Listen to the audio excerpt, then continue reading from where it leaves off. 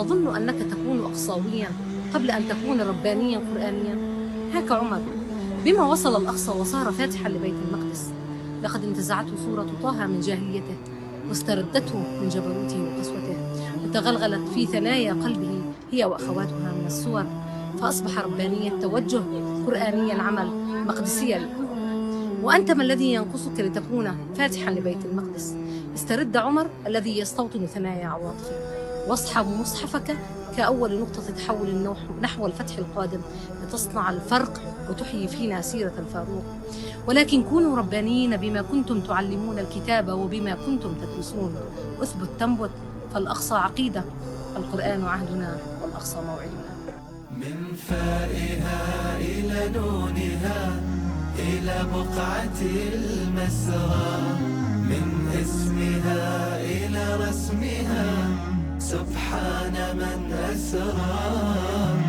جمعت خصالا رسخت بين الورى تترى، تاريخها يحكيه من بجمالها درى.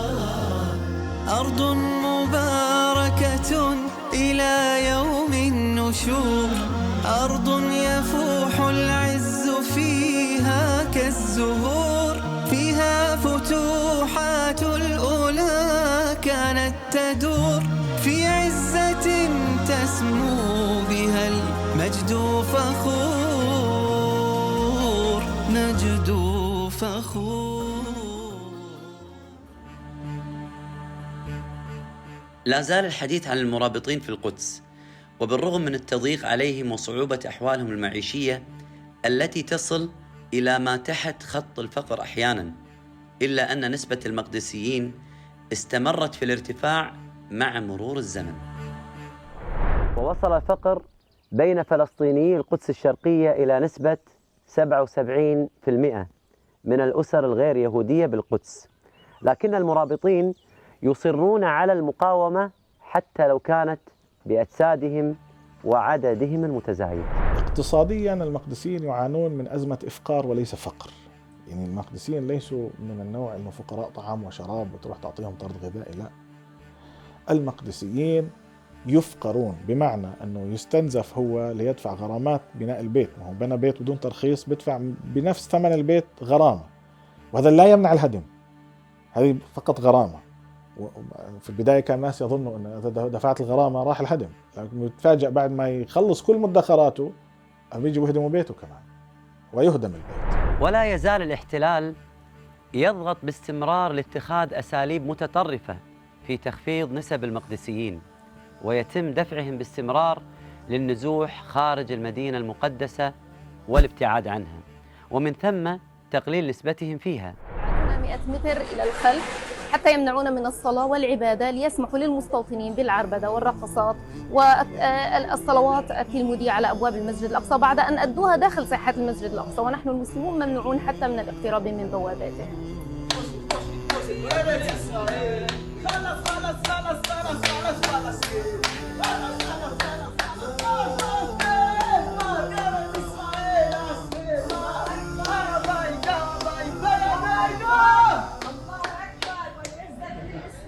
فهم يحاولون فرض الوجود والصورة اليهودية بالكامل على المدينة، بحيث تصبح هذه المدينة للناظر إليها مدينة يهودية الطابع والصورة.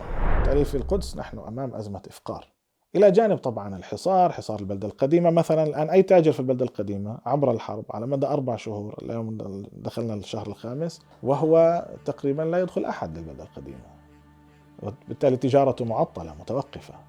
بالتالي هذا أيضا ينعكس على حياة الناس، حصار المسجد الأقصى ينعكس على حياة الناس. لا شك أننا أمام أزمة اقتصادية، لكن هذه أزمة إفقار وليست أزمة فقر.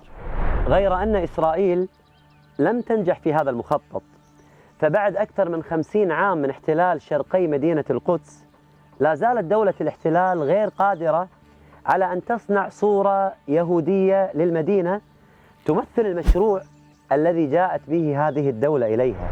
فالمقدسيون يعيشون حياة في غاية التعقيد، بمعنى أن المقدسي يعني أسهل مسألة عند غيره تعتبر بالنسبة له مسألة تحتاج تخطيطا، على رأسها الذهاب إلى المسجد يوم الجمعة، أبسط شيء في يوم الجمعة أن تذهب إلى المسجد، تفتح الباب، تطلع بالسيارة أو مشي حتى للمسجد. لكن المقدسيين يحتاجون إلى خطة للوصول إلى المسجد الأقصى المبارك طبعا، لأنه الاحتلال في العادة سيؤخر، سيؤجل، يعني بدك تشوف الطريق، هل يسمح لك، هل لا يسمح لك. إضافة إلى ذلك المخالفات، الضرائب، كل هذا الكلام يومي. فحياة المقدسيين يمكنك أن يعني تختزلها بكلمة واحدة: الاستفزاز. كل الاقتحامات للمسجد الأقصى أتاحت الفرصة للمتطرفين اليهود بتنجيس المسجد والعبث به، هي من خطط تهويد القدس، وكذلك عمليات التنقيب والحفريات تحت أساساته وعلى أسواره. هدفها طمس المعالم الأصلية في المدينة، وأهمها المسجد الأقصى.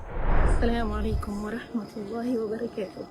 أخيرا من داخل ساحة المسجد الأقصى، من الجنة، من داخل ساحة الأقصى تحديدا، من سطح قبة الصخر، بعد غياب سنة كاملة بقرارين مستمرين. دخلت بفضل الله عز وجل وعدت إلى جنتي التي هددني فيها الاحتلال كثيرا بأن لا أعود لها أبدا، وبأن أراها فقط في الصور.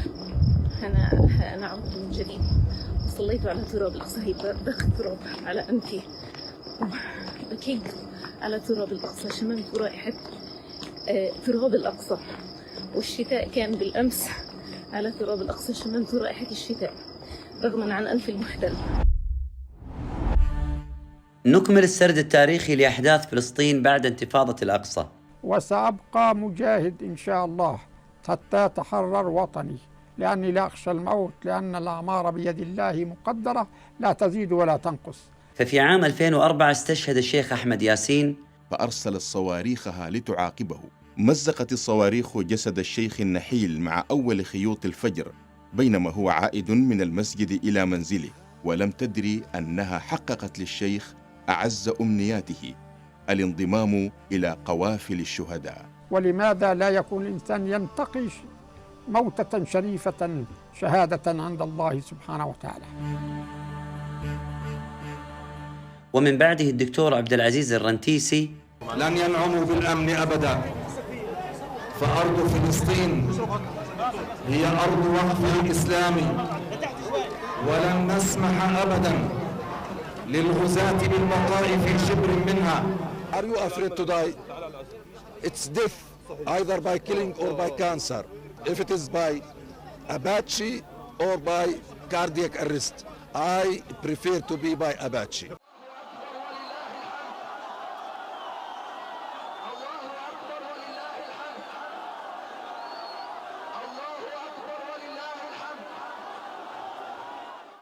بالإضافة إلى استشهاد أكثر من 4000 شهيد فلسطيني مع نهاية انتفاضة الأقصى في عام 2005، وانسحب الاحتلال من قطاع غزة.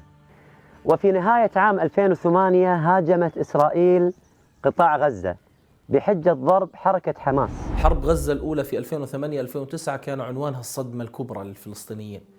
أكثر من 65 طائرة قصفت في لحظة واحدة الساعة 11:30 يوم 27 ديسمبر أكثر من 300 هدف في قطاع غزة.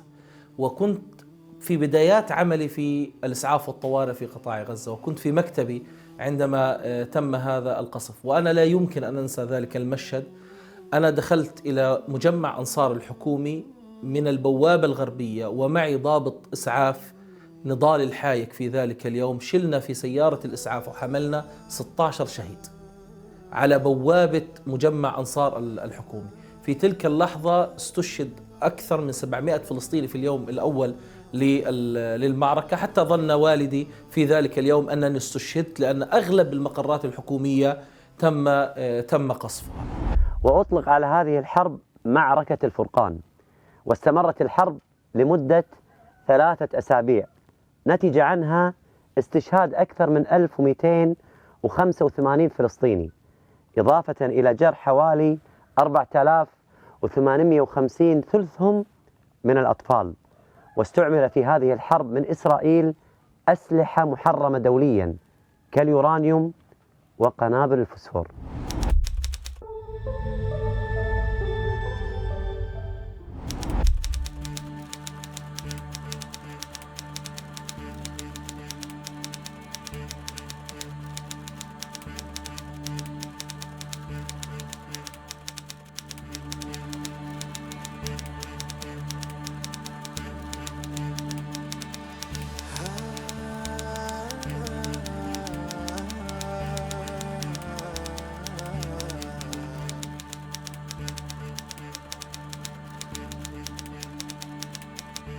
دم الأطفال. حسبنا الله ونعم الوكيل، حسبنا الله ونعم الوكيل عليكم. لا بد وأن يقف هذا العدوان وألا يتكرر، والسلام والأمن في المنطقة يتحقق للجميع بعدم العدوان. ،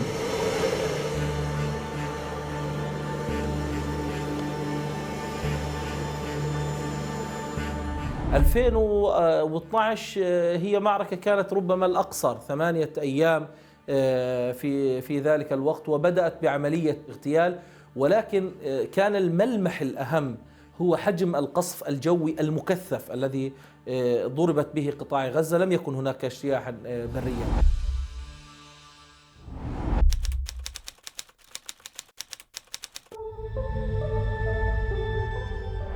2014 أنا أقول بلغت فيه القلوب الحناجر.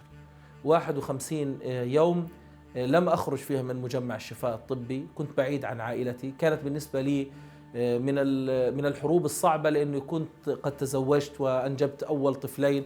أنا بعيد عن العائلة، اضطرت العائلة للخروج من المنزل. ومن الانتفاضات أيضا معركة العصف المأكول عام 2014، واستمرت هذه الحرب لمدة 51 يوم. قامت إسرائيل بتنفيذ غارة جوية على أحد الأنفاق المتقدمة شرق رفح جنوب قطاع غزة. كانت هذه ساعة الصفر لبدء الحرب الثالثة على القطاع، وأهم ما فيها وقف الطيران في مطار بن غوريون الإسرائيلي الرئيسي لأول مرة منذ النكبة الفلسطينية بسبب صواريخ المقاومة. لكن المقاومة الفلسطينية ردت على الهجمة الإسرائيلية بإطلاق صواريخ متعددة المدى، ومنذ اللحظة الأولى قصفت جنوب إسرائيل بدفعات متنوعة من الصواريخ، الأمر الذي فرض حالة من الذعر غير المسبوق في المستوطنات المحاذية لقطاع غزة.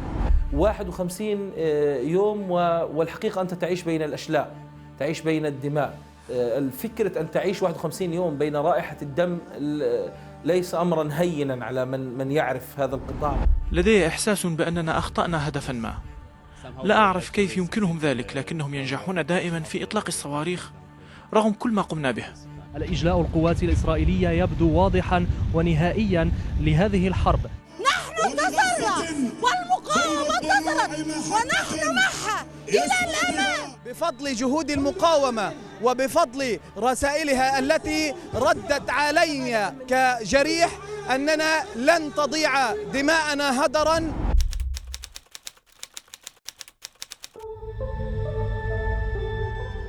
وفي بداية رمضان من عام 2021 انطلقت معركة سيف القدس، حيث ازدادت حدة الصدامات في القدس وخاصة في منطقة باب العامود وحي الشيخ جراح. ده الحاج نبيل الكرد، مواطن فلسطيني عربي ساكن في حي اسمه حي الشيخ جراح، وهو أحد أحياء مدينة القدس الشرقية في دولة فلسطين. ومن حوالي أسبوعين لقى الحاج نبيل نفسه مطالب إنه يسيب المكان اللي عاش فيه طول عمره هو و28 أسرة من أسر الحي اللي فيه ذكرياتهم وحياتهم كلها، والذي حاولت سلطات الاحتلال طرد سكانه منه وتسليم منازلهم لجماعات استيطانية.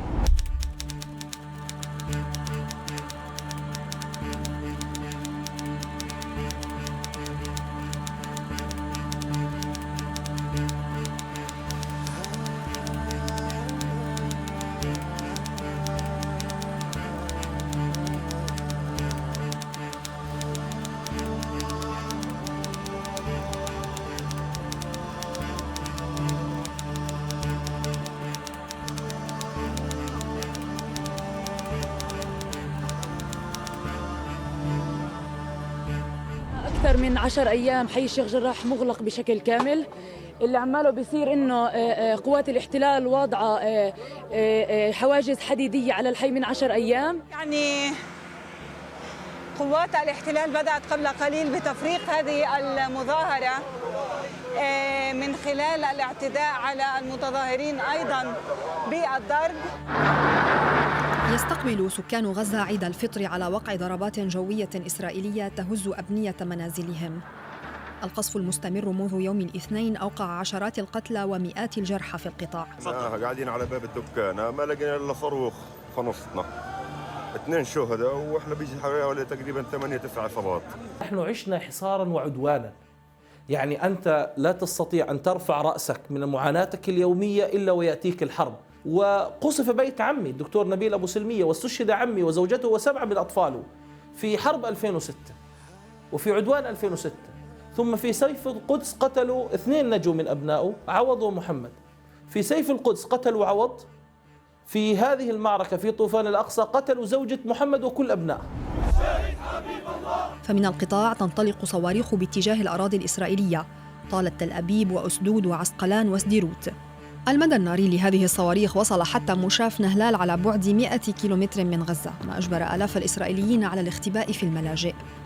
الصواريخ الفلسطينية تسببت بمقتل عدة أشخاص في إسرائيل. هذه حقيقة المعاناة، أنت تعيش بين حصار، بين ضغط نفسي اجتماعي، ضغط في البحث عن لقمة العيش، وبين عدوان يحاول أن يقتل كل محاولاتك لأن تعيش حياة كريمة كفلسطيني. ولذلك في الحروب المختلفة وصولا إلى اليوم الاحتلال لا يواجه المقاومة، الاحتلال يفعل كل شيء ليدفع الفلسطيني الغزاوي للخروج من أرض ومن وطن. تاريخها العابق قد أزكى الزمان ثرى، قدسية الأخبار لا سيف بها يروى، فيها جميع الأنبياء صلوا وزد أمرا، لم يجتمع في غيرها سرا ولا جهرا.